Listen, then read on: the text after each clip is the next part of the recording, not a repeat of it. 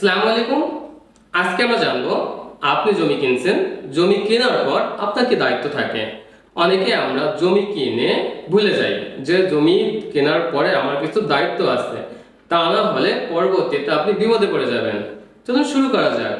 আপনি আজকে জমি কিনছেন, আজকে আপনার দায়িত্ব হচ্ছে ওই জমির যে দলিল হয়েছে দলিলের রসিদটা আপনার সংগ্রহ করা এবং ওই জমির মালিকের কাছে থাকা সকল ডকুমেন্ট, এস জমির খাজনা, হোল্ডিং, যত প্রকার কাগজপত্র ওই জমির মালিকের কাছে ছিল ওইগুলো আপনি সংগ্রহ করে আপনার ওই দলিল বা আপনার ওই জমির দলিল, হয়তোবা আপনার মেন দলিল বেরোতে আপনাকে 6 থেকে 1 বছর বা তারও বেশি সময় লাগে, কিন্তু সার্টিফাইড কপি আপনি 1 সপ্তাহের ভিতরে তুলতে পারবেন।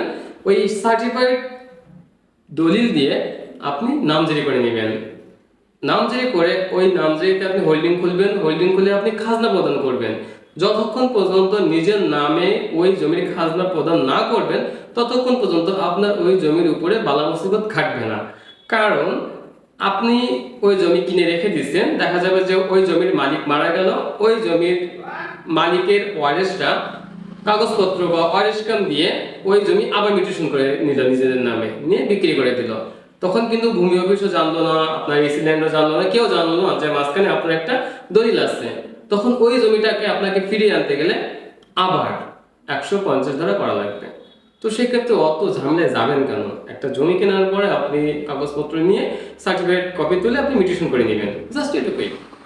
আশা করি বিষয়টা বুঝতে পারছেন। জমি কিনে ফেলে রাখবেন না, দলিল ঘরে তুলে রাখবেন না, এটা বাচ্চা পারবে না। আপনাকে ওই জমির দলিলের দিয়ে নামজারি করে মিউটেশন করে হোল্ডিং খুলে খাজনা প্রদান করবেন, জাস্ট এটুকুই। ধন্যবাদ।